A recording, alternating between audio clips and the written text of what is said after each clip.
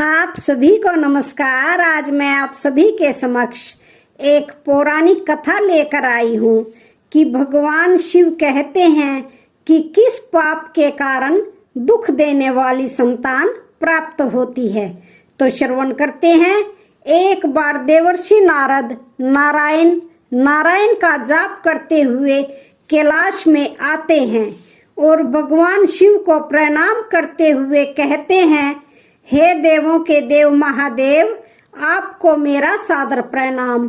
प्रभु, आज जब मैं पृथ्वी लोक पर भ्रमण कर रहा था तब मैंने देखा कि हर मनुष्य की दूसरी संतान अपने ही माता पिता को दुख दे रही है और उनकी आज्ञा का पालन नहीं कर रही है तथा उन्हें घर से बाहर तक निकाल रही है। प्रभु, आखिर कलयुग में इतना पाप क्यों बढ़ रहा है? कृपा करें और भक्त की जिज्ञासा को शांत करें। तो भगवान शिव मुस्कुराते हुए बोले, हे देवर्षि नारद, अभी कलयुग चल रहा है और जिस घटना की आप बात कर रहे हैं वह भी एक गाय का ही श्राप है, जिस कारण से मनुष्य की संतान आज उन्हें दुख दे रही है। तब नारद मुनि अत्यंत उत्सुकता के साथ कहते हैं, हे भगवान, वह कौन सा श्राप है और क्यों दिया एक गाय ने मनुष्य को श्राप? तो भगवान शिव कहते हैं, हे नारद, आज मैं आपकी सारी शंका को दूर करता हूँ, किंतु आपको इस कथा को बहुत ही ध्यान से पूरा सुनना होगा और मानव जाति के कल्याण हेतु इसका प्रचार भी करना होगा। जो भी स्त्री पुरुष तथा इस कथा को सुनते हैं उसके सारे पाप नष्ट हो जाएंगे और उसे मुक्ति मिल जाएगी और उन पर मेरी कृपा दृष्टि सदैव बनी रहेगी। तो फिर नारद मुनि कहते हैं, हे प्रभु, मैं ऐसा ही करूँगा। मेरा सौभाग्य है जो इस कथा का श्रवण करने का अवसर आज मुझे मिला है। तब भगवान शिव कहते हैं, हे नारद, इस विषय में अब हम तुम्हें एक प्राचीन कथा सुनाते हैं, तुम ध्यान से सुनो। फिर भगवान कथा को शुरू करते हैं। पूर्व काल की बात है, तभी कलयुग की शुरुआत होने वाली थी और कली का असर मनुष्य जीवन पर पड़ रहा था। जो तुंगभद्रा नदी के तट पर एक उत्तम नगर बसा हुआ था, वहां सभी वर्गों के लोग अपने अपने धर्मों का पालन करते थे और सत्य एवं सत्कर्म में लगे रहते थे। उस नगर में मनोहर नाम का एक ब्राह्मण रहता था, जो कि समस्त वेदों का विशेषज्ञ और सभी प्रकार के धार्मिक कार्यों में आगे रहता था। वह ब्राह्मण दूसरे सूर्य की तरह अत्यंत तेजस्वी जान पड़ता था। मनोहर धनवान ब्राह्मण होने के बावजूद भी भिक्षा मांगते हुए जीवन निर्वाह करता था। उसकी पत्नी का नाम कांता था। वह अत्यंत सुंदर थी, मानो कि स्वर्ग की अप्सरा हो, तथा उसका जन्म भी अच्छे कुल में हुआ था।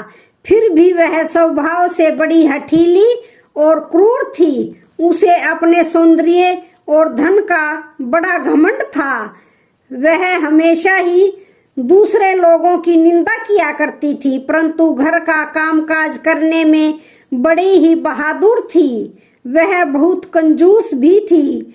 फिर भगवान शिव कहते हैं, हे नारद, उसे झगड़ा फसाद करना, चुगली करना, यह सब तो उसके व्यसन थे, अपितु वे दोनों पति पत्नी बड़े प्रेम से रहते थे। फिर भी उन्हें कोई संतान नहीं थी। इसी कारण से धन, जायदाद तथा घर आदि कोई भी वस्तु उन्हें सुखद नहीं जान पड़ती थी। कुछ समय के पश्चात उन्होंने संतान प्राप्ति के लिए एक धर्म यज्ञ किया। वे गरीबों को सदा गौ, भूमि, सुवर्ण और वस्त्र आदि दान करने लगे। उन्होंने अपने धन का आधा भाग धर्म के मार्ग में खर्च कर दिया था। फिर भी उन्हें कोई पुत्र या पुत्री नहीं हुई। इस कारण से ब्राह्मण को बड़ी चिंता हुई और वह अत्यंत दुखी होकर एक दिन घर छोड़कर वन में चला गया। वन में चलते चलते वहां दोपहर के समय उसे प्यास लगी, इसलिए वह एक नदी के किनारे गया और वहां जल पीकर बैठ गया। संतान न होने के डर से उसका सारा शरीर सूख गया था। वह अत्यंत कमजोर और दुखी रहने लगा था, मानो जैसे कि उसके शरीर में प्राण नहीं हो। तो फिर भगवान शिव कहते हैं, हे नारद, उस ब्राह्मण की पूजा पाठ और ईश्वर भक्ति को देखकर स्वयं भगवान श्री हरि विष्णु एक सन्यासी का रूप धारण करके उसी नदी के पास जा पहुँचे। ब्राह्मण के वहां बैठने के 2 ही घड़ी बाद वे सन्यासी वहां आए। उन्होंने भी नदी में से जल पिया और दूसरी तरफ बैठे ब्राह्मण को देखा।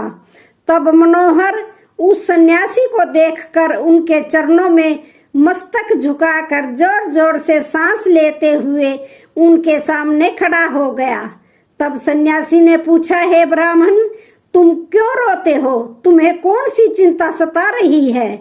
तुम शीघ्र ही मुझसे अपने दुख का कारण बताओ। फिर भगवान शिव कहते हैं, हे नारद, ब्राह्मण ने कहा, हे मुनि, मैं अपना दुख क्या कहूँ? यह सब मेरे पूर्व जन्म के पापों का संचित फल है। मेरी कोई संतान नहीं है, इससे मेरे पितृ भी दुखी हैं। मेरे पूर्वज मेरी दी हुई जलांश को जब पीने लगते हैं, उस समय उनकी दयनीय अवस्था देखकर मेरा हृदय विचलित हो जाता है। देवता और ब्राह्मण भी मेरी दी हुई वस्तुओं को प्रसन्नता पूर्वक नहीं लेते हैं। संतान के दुख से मेरा सारा संसार सूना सा हो गया है। अतः अब मैं यहाँ इस नदी के पात्र में प्राण त्यागने के लिए आया हूँ। संतानहीन पुरुष का जीवन धिक्कार के योग्य है।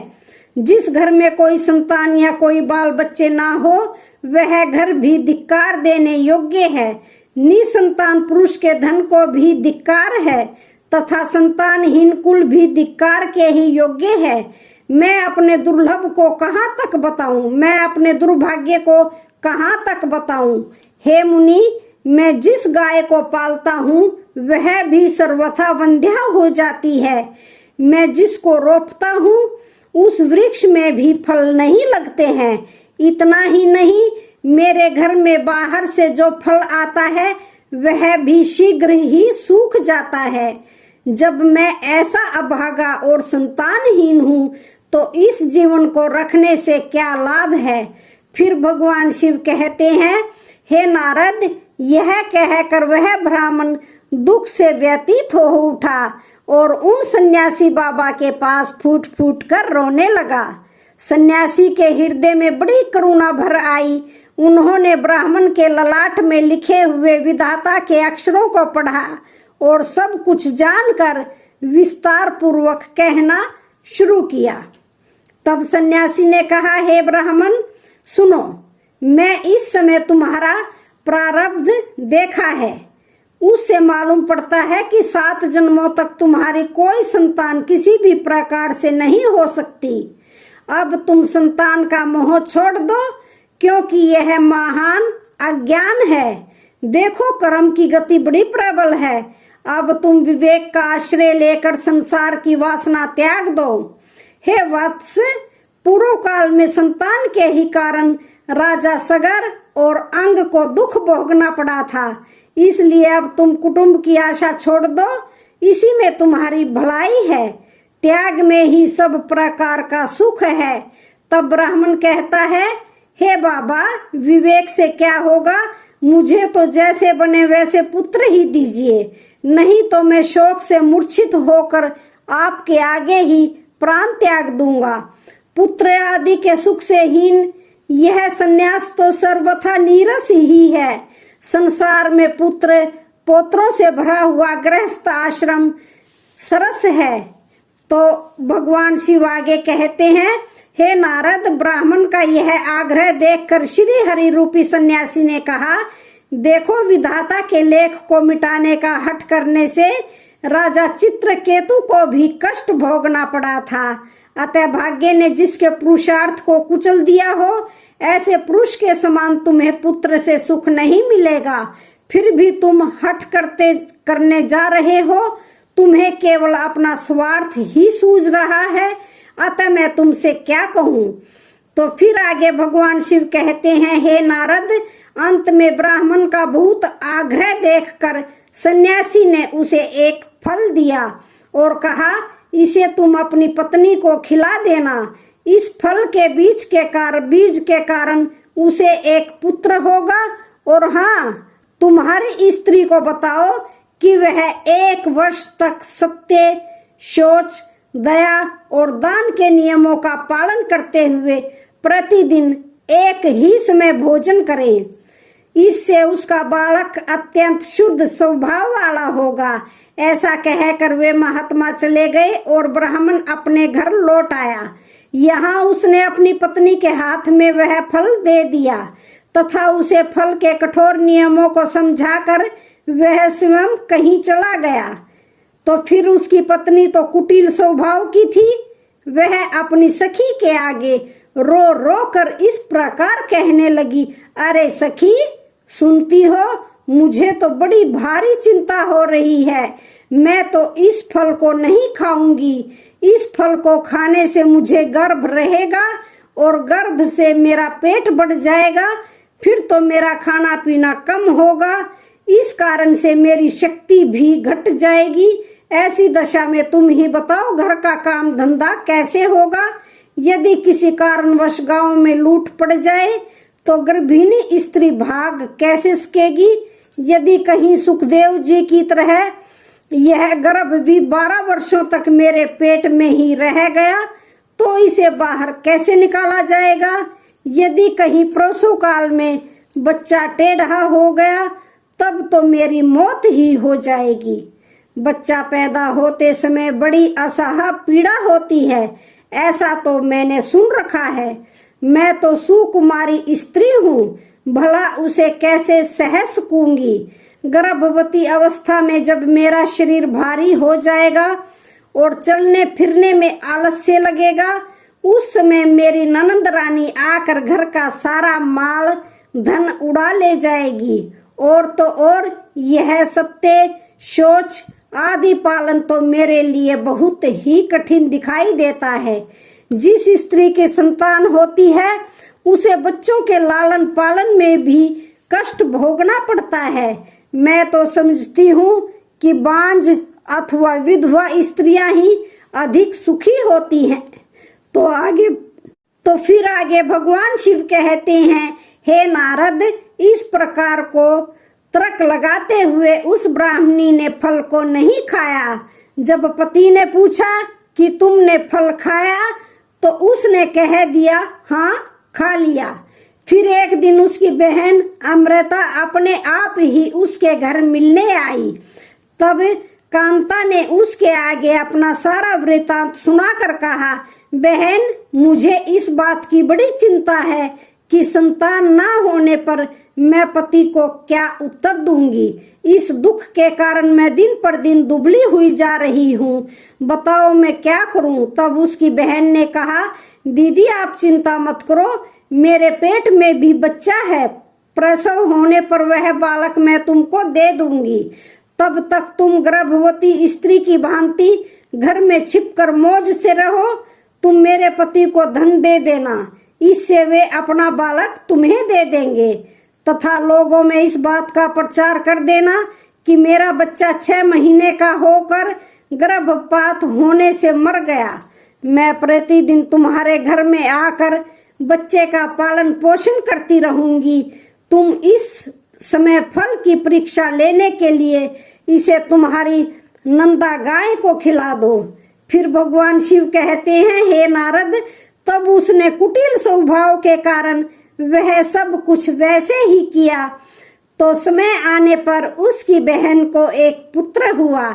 बच्चे के पिता ने बालक को लाकर एकांत में कांता को दे दिया और उसने अपने स्वामी को सूचना दे दी कि हमें पुत्र रतन की प्राप्ति हुई है और कोई कष्ट नहीं हुआ। मनोहर के यहाँ पुत्र होने से नगर में बड़ी प्रसन्नता हुई।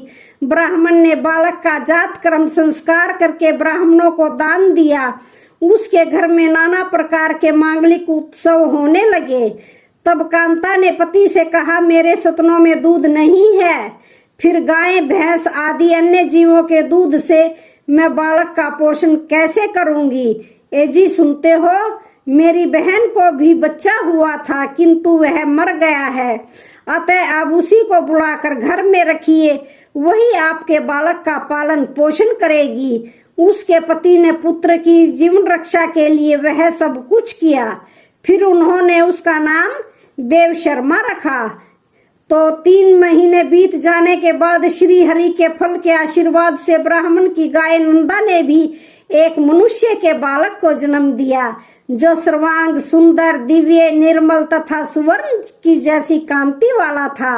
उसे देखकर आत्मदेव को बड़ी प्रसन्नता हुई और उसने स्वयं ही बालक के सब संस्कार किए। यह आश्चर्य का समाचार सुनकर सब लोग उसे देखने के लिए आए और आपस में कहने लगे, देखो भाई, इस समय मनोहर का कैसा भाग्य उदय हुआ है। कितने आश्चर्य की बात है कि गाय के पेट से भी देवता के समान रूप वाला बालक उत्पन्न हुआ है, क्योंकि देव योग से किसी को भी इस गुप्त रहस्य का पता नहीं लगा। उस बालक के कान गो के समान थे। यह देखकर मनोहर ने उसका नाम गोकर्ण रख दिया। फिर आगे भगवान शिव कहते हैं, हे नारद, एक दिन की बात है जब मनोहर कहीं बाहर गए हुए थे और कांता की बहन भी बीमार पड़ गई थी, इसलिए उसे ही दोनों बालकों को संभालना पड़ रहा था। तभी उसने नंदा गाय का दूध निकाल कर केवल अपने ही पुत्र देव शर्मा को पिलाना और गोकर्ण को नहीं दिया, तथा वह हमेशा उससे द्वेष करती थी, उसे बहुत मारती पीटती थी और हमेशा अपशब्द कहती थी।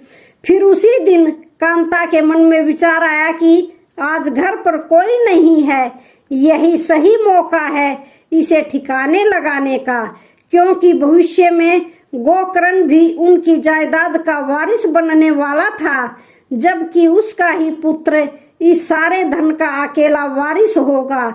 इसलिए उसके कुटिल स्वभाव में यह विचार आया कि क्यों ना मैं इसे आज जहर देकर मरवा दूं, और उसने ऐसा ही किया। तब वे दोनों ही बालक मात्र 1 वर्ष आयु के ही थे। कांता ने गोकर्ण को उसी की मां नंदा के दूध में जहर मिलाकर उसे पिला दिया, किंतु वह तो स्वयं श्री हरि का आशीर्वाद था, इसलिए वह विष के कारण तड़पते हुए अपनी माँ के पास रेंगते हुए जा पहुंचा। तो फिर भगवान शिव कहते हैं, हे नारद, नंदा अपने पुत्र की ऐसी हालत देखकर वह अत्यंत दुखी हो गई और उसने भगवान शिव का स्मरण करते हुए अपने बच्चे का विष हरने का करुण विलाप किया। तभी भगवान शिव के तेज के कारण वह बालक तुरंत ही ठीक हो गया और अपनी माँ का दूध पीने लगा। फिर आगे भगवान शिव कहते हैं, हे नारद, नंदा अत्यधिक क्रोध में आकर उसने कांता के अपराधों को देखते हुए उसे श्राप दिया और कहा, हे ईश्वर, अगर मैं सत्यवादी हूँ तो इस संसार को साक्षी मानते हुए समस्त स्त्री जाति को यह श्राप देती हूँ कि अगर कोई भी स्त्री अपने या प्राय पुत्रों में भेदभाव रखेगी या दूसरे के बच्चों को पीड़ा देगी तो उनके भी पुत्र उन्हें जीवन भर पीड़ा देंगे और उन्हें कष्ट देंगे। जब उन्हें सहारे की अत्यधिक जरूरत होगी तभी वे उनका साथ छोड़ दें, ये मेरा श्राप है। तो दोस्तों, भगवान शिव आगे कहते हैं, हे नारद, कुछ काल व्यतीत होने पर वे दोनों ही बालक जवान हो गए। उनमें गोकर्ण तो पंडित और ज्ञानी हुआ, किंतु देव शर्मा महादुष्ट निकला। वह तुच्छ अन्न का सेवन करता, क्रोध में भरा रहता और बुरी बुरी वस्तुओं का संग्रह किया करता था। भोजन तो वह सबके हाथ का कर लेता था, चोरी करता, सब लोगों से द्वेष बढ़ाता, दूसरों के घरों में आग लगा देता और खेलने के बहाने छोटे बच्चों को पकड़कर कुएं में डाल देता था। जीवों की हिंसा करने का उसका स्वभाव हो गया था। वह हमेशा हथियार लिए रहता और दीन दुखियों तथा अंधों को कष्ट पहुंचाया करता था। चांडाल के साथ उसने खूब हेल मेल बढ़ा लिया था।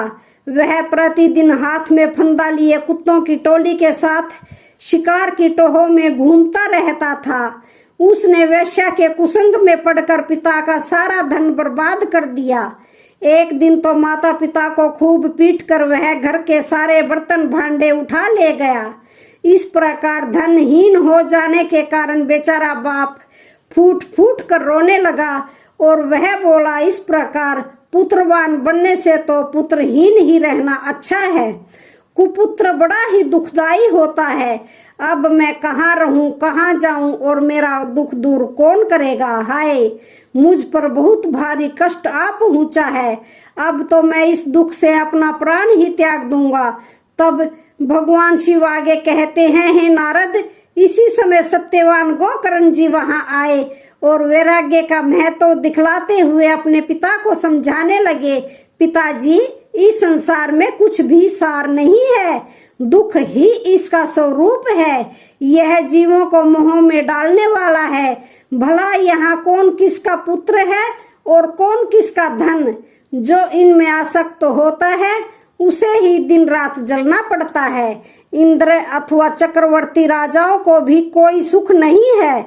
सुख तो बस एकांतवासी वैराग्यवान मुनि को ही है। संतान के प्रति जो आपकी ममता है यह महान अज्ञान है, इसे छोड़िए, क्योंकि अधिक मोह में फंसने से मनुष्य को नरक में जाना ही पड़ता है। औरों की तो बात ही क्या है, आपका यह प्रिय शरीर भी एक ना एक दिन नष्ट हो जाएगा, आपको छोड़कर चल देगा। इसलिए आप अभी से सब कुछ छोड़कर वन में चले जाइए।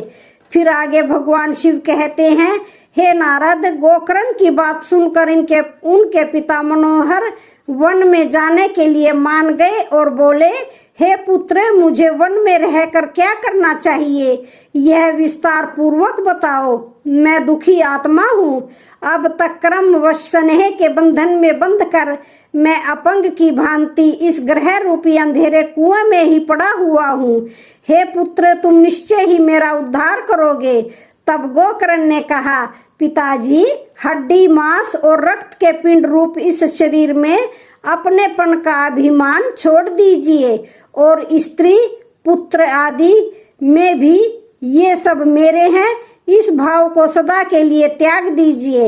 इस संसार को निरंतर क्षण भंगुर देखिए और एकमात्र वैराग्य रस के रसिक होकर भगवान के भजन में लग जाइए। सदा ही भगवत भजन रूप दिव्य धर्म का ही आश्रय लीजिए।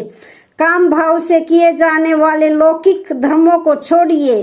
साधु पुरुषों की सेवा कीजिए। भोगों की इच्छाओं को त्याग दीजिए तथा दूसरों के गुण दोषों का विचार करना छोड़कर निरंतर भगवत सेवा एवं भगवत कथा के रस का पान कीजिए।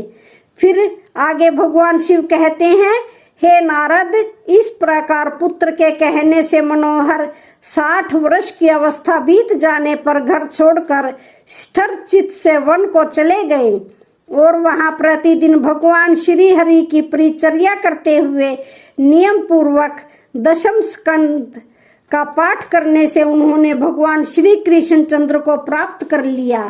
तो मित्रों, आगे भगवान शिव कहते हैं, हे देवर्षि नारद, अब मैंने आपके सारे प्रश्नों के उत्तर दे दिए हैं। तब नारद जी कहते हैं, हे प्रभु, अब मैं जानना चाहता हूँ आगे गोकर्ण जी अपने भाई का और माता का कैसे उद्धार करते हैं। क्या वे उन दोनों को भी अपने ही पिता की तरह धर्म और सत्कर्म के मार्ग पर ला सकेंगे? और गोकर्ण जी ने किस तरह से श्रीमद् भागवत कथा का प्रसार और प्रचार मानव कल्याण हेतु किया था, कृपा करें और आप मुझसे कहिए। तब भगवान शिव कहते हैं, हे मुनि, इस विषय में मैं आपको आगे बताऊंगा। तो आज की वीडियो का यहीं पर समापन होता है। वीडियो अच्छी लगे तो चैनल को लाइक शेयर सब्सक्राइब जरूर करें। धन्यवाद।